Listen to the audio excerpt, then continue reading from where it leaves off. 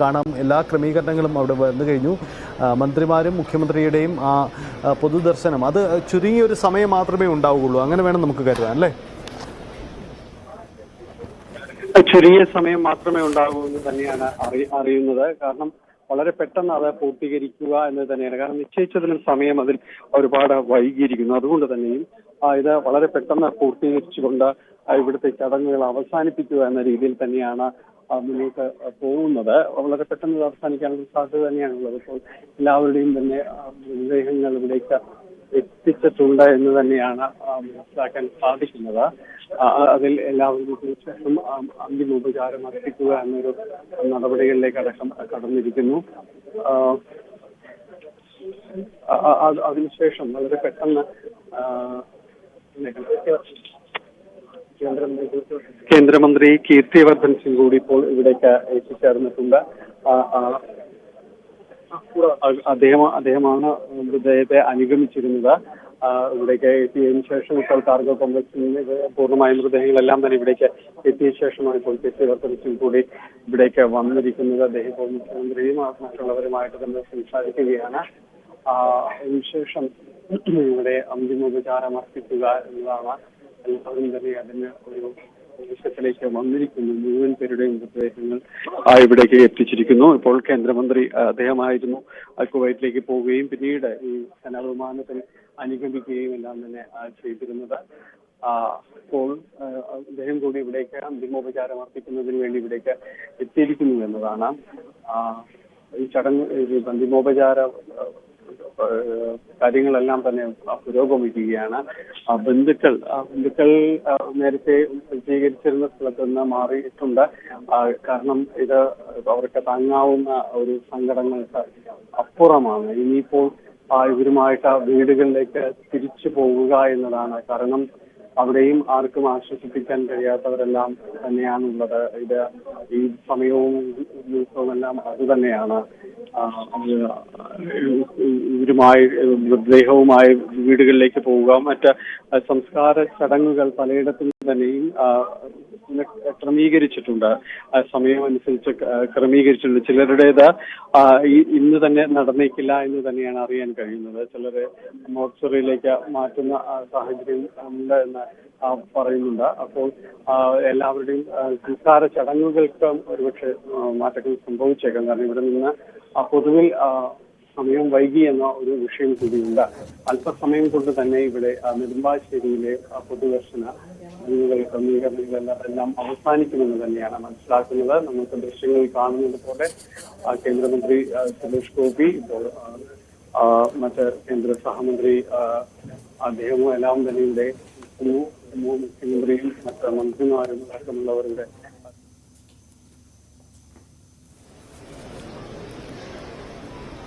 Dani ഇപ്പോൾ സൂചിപ്പിച്ചതുപോലെ തന്നെ നെടുമ്പാശ്ശേരി വിമാനത്താവളത്തിൽ കുവൈറ്റ് ദുരന്തത്തിൽ മരിച്ചവരുടെ മൃതദേഹങ്ങൾ ഇപ്പോൾ പൊതുദർശനത്തിന് വയ്ക്കുകയാണ്. എത്രയും പെട്ടെന്ന് പൊതുദർശനം പൂർത്തിയാക്കിയതിനു ശേഷം അവരവരുടെ വീടുകളിലേക്ക് മൃതദേഹം എത്തിക്കുക എന്നുള്ള നടപടിയിലേക്ക് കടക്കുക എന്നുള്ളത് തന്നെയാണ് തീരുമാനം. അതിനാൽ തന്നെ അതിവേഗം അവിടെ നടപടിക്രമങ്ങൾ പുരോഗമിച്ചുകൊണ്ടിരിക്കുകയാണ്. രാഷ്ട്രീയ രംഗത്തെ എല്ലാ പ്രമുഖരും, എല്ലാ പ്രധാനപ്പെട്ട നേതാക്കളും, മുഖ്യമന്ത്രിയും പ്രതിപക്ഷ നേതാവ് അടക്കമുള്ളവരും, കേന്ദ്രമന്ത്രി സുരേഷ് ഗോപി അടക്കമുള്ള നേതാക്കൾ അവിടെ എത്തിയിട്ടുണ്ട്. സാമുദായിക നേതാക്കന്മാരുണ്ട്. അത്തരത്തിൽ അപ്രതീക്ഷിതമായുണ്ടായ കുവൈറ്റ് ദുരന്തത്തിൽ ജീവൻ പൊലിഞ്ഞ പ്രവാസികൾക്ക് അന്ത്യോപചാരം അർപ്പിക്കാൻ നിരവധി പേരാണ് അവിടെ ഒത്തുകൂടിയിട്ടുള്ളത്. പ്രത്യേകം തയ്യാറാക്കിയ വ്യോമസേനയുടെ വിമാനത്തിൽ അല്പസമയം മുമ്പാണ് മൃതദേഹങ്ങൾ കുവൈറ്റിൽ നിന്ന് കൊച്ചിയിലേക്ക് എത്തിച്ചത്. 31 മൃതദേഹങ്ങളാണ് ഇന്നിപ്പോൾ കൊച്ചിയിലേക്ക് എത്തിച്ചിട്ടുള്ളത്. അതിൽ 23 പേർ മലയാളികളാണ്, 7 പേർ തമിഴ്നാട് സ്വദേശികളാണ്, ഒരാൾ കർണാടക സ്വദേശിയാണ്. ഇപ്പോൾ മുഖ്യമന്ത്രി മൃതദേഹത്തിൽ അന്തിമോപചാരം അർപ്പിക്കുവാൻ വേണ്ടി അതിന് സമീപത്തേക്ക് എത്തിക്കൊണ്ടിരിക്കുകയാണ്. ഒപ്പം മറ്റ് മന്ത്രിമാരും അദ്ദേഹത്തിനൊപ്പമുണ്ട്.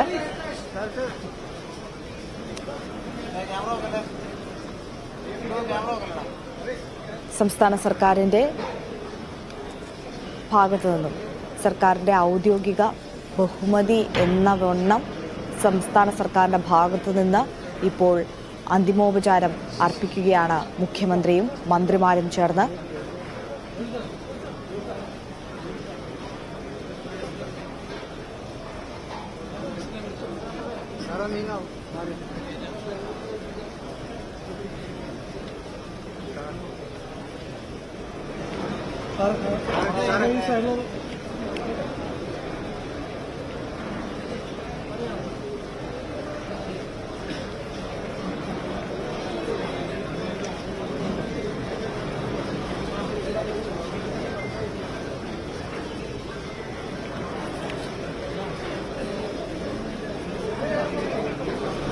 നാടിനായി കുടുംബത്തിനായി പ്രവാസ ലോകത്ത്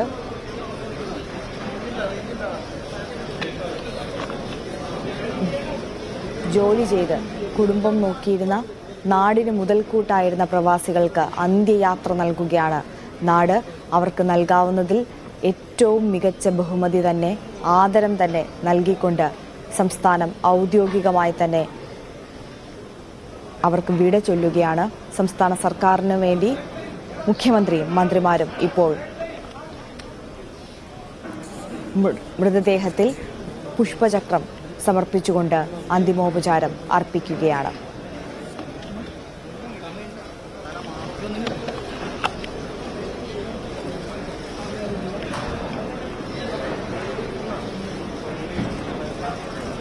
ഉറ്റവരുടെ ചേതനയറ്റ ശരീരം കൊണ്ടുപോകാൻ വേണ്ടി അവരുടെ ബന്ധുക്കൾ, കുടുംബാംഗങ്ങൾ ഒക്കെ നെടുമ്പാശ്ശേരി വിമാനത്താവളത്തിൽ എത്തിയിട്ടുണ്ടായിരുന്നു.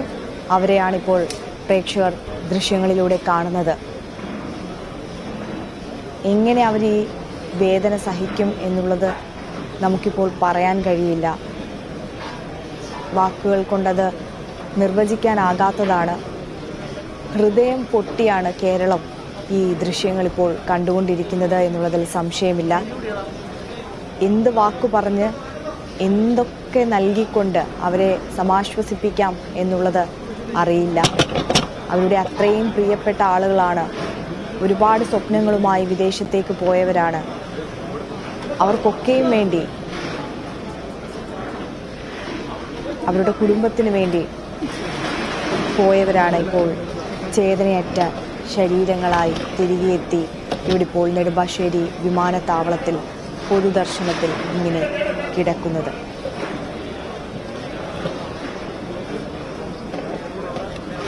ഓരോരോ മൃതദേഹങ്ങൾക്കായി പുഷ്പചക്രം സമർപ്പിക്കുകയാണ് മുഖ്യമന്ത്രിയും മന്ത്രിമാരും ചേർന്നിപ്പോൾ.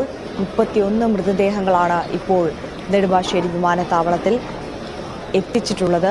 പൊതുദർശനം അവിടെ പുരോഗമിക്കുകയാണ്. ഈ പൊതുദർശനത്തിന് ശേഷം എത്രയും പെട്ടെന്ന് ഈ മൃതദേഹങ്ങൾ അവരവരുടെ വീടുകളിലേക്ക് എത്തിക്കുക എന്നുള്ള ഒരു കടമയാണ് ബാക്കിയുള്ളത്. അതിനു വേണ്ട നടപടിക്രമങ്ങൾ ഇപ്പോൾ പുരോഗമിച്ചുകൊണ്ടിരിക്കുകയാണ്.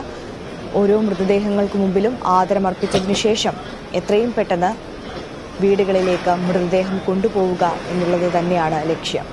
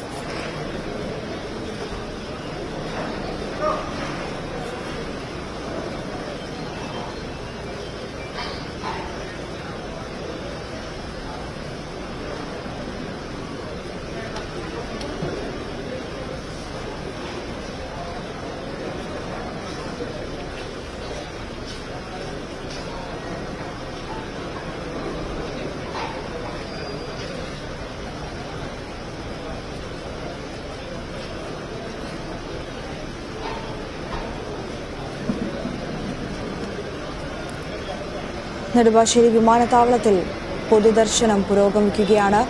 അന്തിമോപചാരം അർപ്പിക്കുകയാണ് മുഖ്യമന്ത്രിയും മന്ത്രിമാരും ചേർന്ന്. ഡാനി പോൾ ചേരുന്നുണ്ട് അവിടെ നിന്ന്. ഡാനി, ഹൃദയം നുറുങ്ങുന്ന വേദനയോടെയാണ് ഓരോ മലയാളിയും ഈ കാഴ്ച ഇപ്പോൾ കണ്ടുകൊണ്ടിരിക്കുന്നത്. അവിടെ അന്തിമോപചാരം അർപ്പിക്കുന്ന ചടങ്ങുകൾ പുരോഗമിക്കുകയാണ്. ഇതിനുശേഷം വീടുകളിലേക്ക് മൃതദേഹം എത്തിക്കുക എന്നുള്ള ദൗത്യത്തിലേക്ക് കടക്കുകയും ചെയ്യും. അവിടെ നിന്നും നൽകാൻ കഴിയുന്ന വിവരങ്ങൾ. അന്തിമോപചാര ചടങ്ങുകൾ പുരോഗമിക്കുകയാണ്. പറഞ്ഞതുപോലെ തീർത്തും വൈകാരികമായ ഒരു നിമിഷങ്ങളും സമയവുമെല്ലാമാണ് കടന്നു പോകുന്നത്.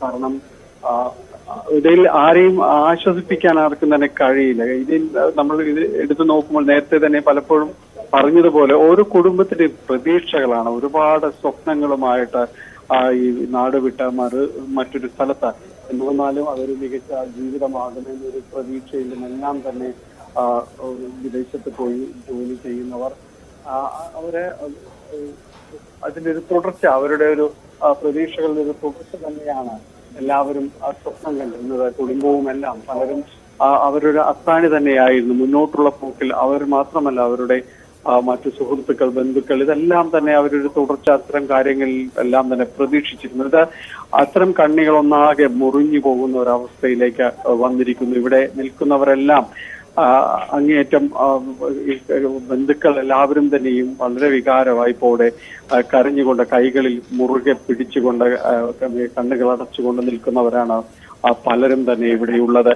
നേരത്തെ സംസാരിച്ചവരെല്ലാം തന്നെ അവരുടെ മുറിഞ്ഞ വാക്കുകളിൽ അവർ പറഞ്ഞത് അത്രയും ഈ ഒരാൾ കുടുംബത്തിലേക്ക് വിദേശത്തേക്ക് പോകുമ്പോൾ അവർക്കുണ്ടായിരുന്ന പ്രതീക്ഷകൾ, അതിലൂടെ അവർ രക്ഷപ്പെടും, അല്ലെങ്കിൽ ആ വിദേശത്തേക്ക് പോകുന്ന ആൾ, ജോലിക്ക് വേണ്ടി പോകുന്ന ആൾ, അവരൊരു നല്ല ജീവിതം ഉണ്ടായല്ലോ എന്ന ഒരു പ്രതീക്ഷകളെല്ലാം തന്നെയായിരുന്നു. അത് പൊടുന്നനെ ഒന്നും നനച്ചിരിക്കാതിരുന്നൊരു സമയത്ത്. കാരണം അന്ന് രാത്രിയിലും സംസാരിച്ച വീട്ടുകാരോട് സന്തോഷത്തോടെ സംസാരിച്ചിരുന്നവർ ഒരുപാട് പേരുണ്ട് ഇക്കൂട്ടത്തിൽ. ഈ ചേതനേറ്റ് കിടക്കുന്ന ശരീരങ്ങളിൽ ഒരുപാട് പേർ കുടുംബത്തോട് അവസാന വട്ടവും സംസാരിച്ച് സന്തോഷത്തോടെ പിരിഞ്ഞവരാണ്. ചിലരെങ്കിലും ഫോണിൽ കിട്ടാതായപ്പോഴും അവരെല്ലാം വിശ്വസിച്ചിരുന്നത്, അല്ലെങ്കിൽ ഒരു പരിധിവരെ ആശ്വസിച്ചിരുന്നത്, ഫോൺ നഷ്ടപ്പെട്ടിട്ടുണ്ടാകാം, തങ്ങളുടെ പ്രിയപ്പെട്ടവർ ഈ ഒരു അത്യാഹിതത്തെ അതിജീവിച്ചിട്ടുണ്ടാകാമെന്നൊരു പ്രതീക്ഷയുടെ മുനമ്പ് ബാക്കി വെച്ചിരുന്നു അങ്ങനെയെങ്കിലും. പക്ഷേ ഇത് അത്യാഹിതം നടന്നിട്ടും വീണ്ടും അവരിലേക്ക് ഫോൺ കോളുകളോ അല്ലെങ്കിൽ തിരിച്ചിങ്ങോട്ടോ ഒന്നും എത്താതെ ആയപ്പോൾ ആ ഒരു പ്രതീക്ഷകളും അവരെ സംബന്ധിച്ചിടത്തോളം അസ്തമിച്ചുകൊണ്ടേയിരുന്നു. പിന്നീട് സ്ഥിരീകരിക്കുന്നത് അവരുടെ വിലാസവും കാര്യങ്ങളും ചോദിച്ചുകൊണ്ടുള്ള ഫോൺ കോളുകളാണ് ഔദ്യോഗികമായി.